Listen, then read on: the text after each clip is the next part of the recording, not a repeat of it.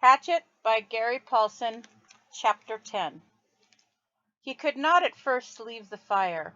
It was so precious to him, so close and sweet a thing, the yellow and red flames brightening the dark interior of the shelter, the happy crackle of the dry wood as it burned, that he could not leave it. He went to the trees and brought in as many dead limbs as he could chop off and carry, and when he had a large pile of them, he sat near the fire. Though it was getting into the warm part of the day, and he was hot, and broke them in small pieces and fed the fire. "I will not let you go out," he said to himself, to the flames, "not ever." And so he sat through a long part of the day, keeping the flames even, eating from his stock of raspberries, leaving to drink from the lake when he was thirsty. In the afternoon, toward the evening, with his face smoke-smeared and his skin red from the heat, he finally began to think ahead to what he needed to do. He would need a large wood pile to get through the night. It would be almost impossible to find wood in the dark, so he had to have it all in and cut and stacked before the sun went down. Brian made certain the fire was banked with new wood, then went out of the shelter and searched for a good fuel supply. Up the hill from the campsite, the same windstorm that left him a place to land the plane, had that only been 3-4 days ago, had dropped 3 large white pines across each other. They were dead now, dry and filled with weathered, dry, dead limbs, enough for many days. He chopped and broke and carried wood back to the camp, stacking the pieces under the overhang until he had what he thought to be an enormous pile, as high as his head and 6 feet across the base.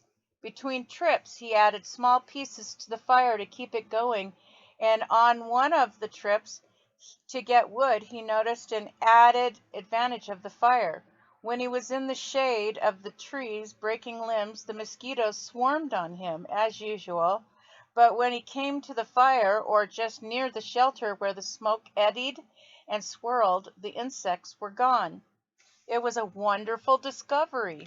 The mosquitoes had nearly driven him mad, and the thought of being rid of them lifted his spirits.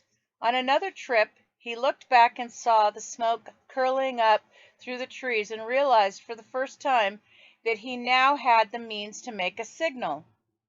He could carry a burning stick and build a signal and perhaps attract attention, which meant more wood and still more wood.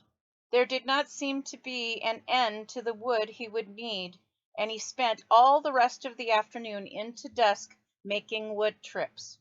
At dark he settled in again for the night, next to the fire, with the stack of short pieces ready to put on, and he ate the rest of the raspberries. During all the work of the day his leg had loosened, but it still ached a bit, and he rubbed it and watched the fire, and thought for the first time since the crash that he might be getting a handle on things, might be starting to do something other than just sit. He was out of food, but he could look tomorrow, and he could build a signal fire tomorrow, and get more wood tomorrow. The fire cut the night coolness and settled him back into sleep, thinking of tomorrow. He slept hard and wasn't sure what awakened him, but his eyes came open and he stared into the darkness. The fire had burned down and looked out, but he stirred with a piece of wood and found a bed of coals, still glowing hot and red.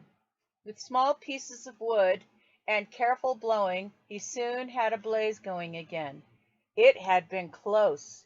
He had to be sure to try and sleep in short intervals so he could keep the fire going. And he tried to think of a way to regulate his sleep, but it made him sleepy to think about it, and he was just going under again when he heard the sound outside. It was not unlike the sound of the porcupine, something slithering and being dragged across the sand, but when he looked out the door opening it was too dark to see anything. Whatever it was stopped making the sound in a few moments, and he thought he heard something sloshing into the water at the shoreline. But he had the fire now and plenty of wood, so he wasn't as worried as he had been the night before. He dozed, slept for a time, awakened again just as dawn's gray light, and added wood to the still smoking fire before standing outside and stretching. Standing with his arms stretched over his head and the tight knot of hunger in his stomach, he looked toward the lake and saw the tracks. They were strange. A main center line up from the lake in the sand with a claw mark to the side leading to a small pile of sand, then going back down to the water. He walked over and squatted near them, studied them, tried to make sense of them. Whatever had made the tracks had some kind of flat, dragging bottom in the middle and was apparently pushed along by the legs that stuck out to the side. Up from the water to a small pile of sand, then back down into the water, some animal, some kind of water animal that came up to the sand to do what? To do something with the sand, to play and make a pile in the sand. He smiled. City boy, he thought. Oh, you city boy with your city ways. He made a mirror in his mind, a mirror of himself, and saw how he must look. City boy with your city ways, sitting in the sand trying to read the tracks and not knowing, not understanding. Why would anything wild come up from the water to play in the sand? Not that way. Animals weren't that way. They didn't waste time that way.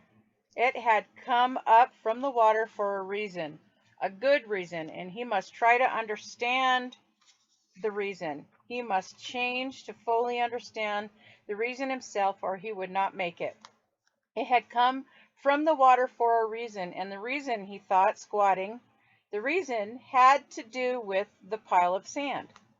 He brushed the top off gently with his hand, but found only damp sand. Still, there must be a reason, and he carefully kept scraping and digging until about 4 inches down he suddenly came into a small chamber in the cool, damp sand, and there lay eggs, many eggs, almost perfectly round eggs, the size of table tennis balls.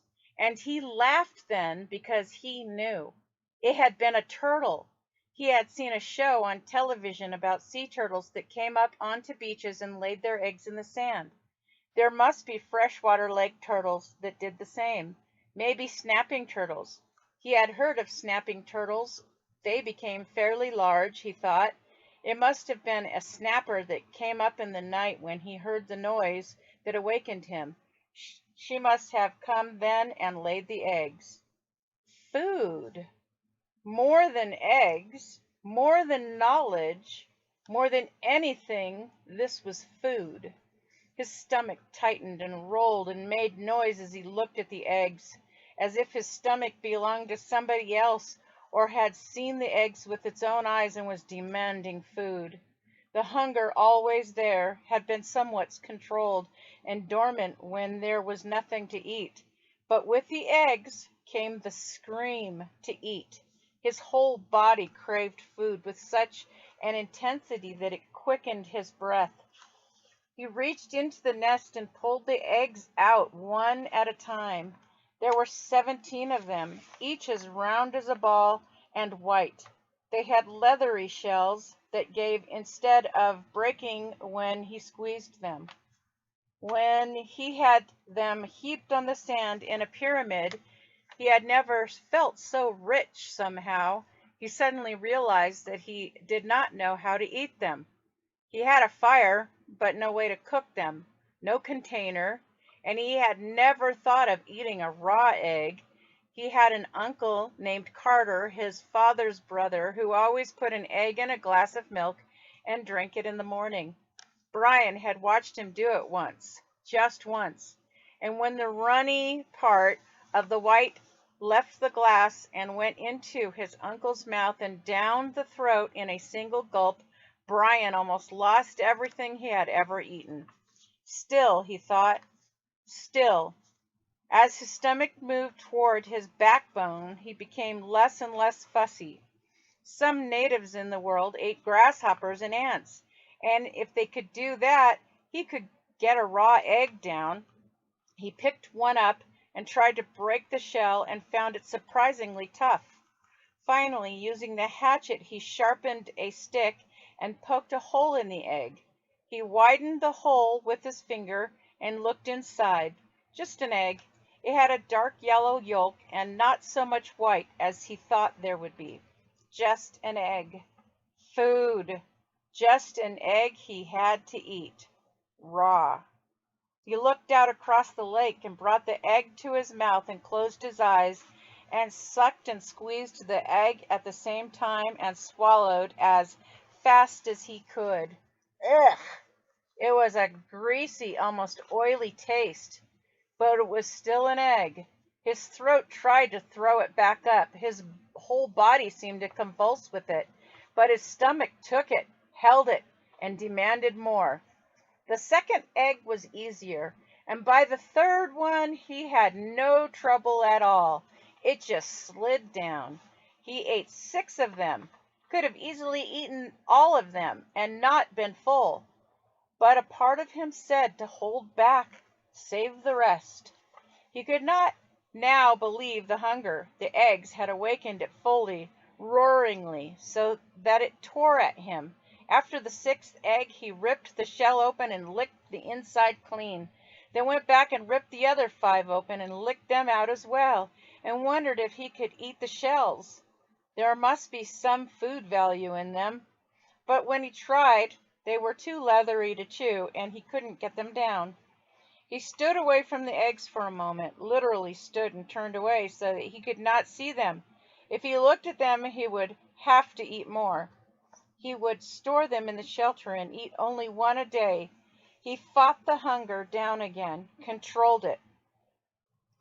He would take them now and store them and save them and eat one a day, and he realized as he thought it that he had forgotten that they might come. The searchers, surely they would come before he could eat all the eggs at one a day. He had forgotten to think about them, and that wasn't good. He had to keep thinking of them because if he forgot them and did not think of them, they might forget about him. And he had to keep hoping. He had to keep hoping.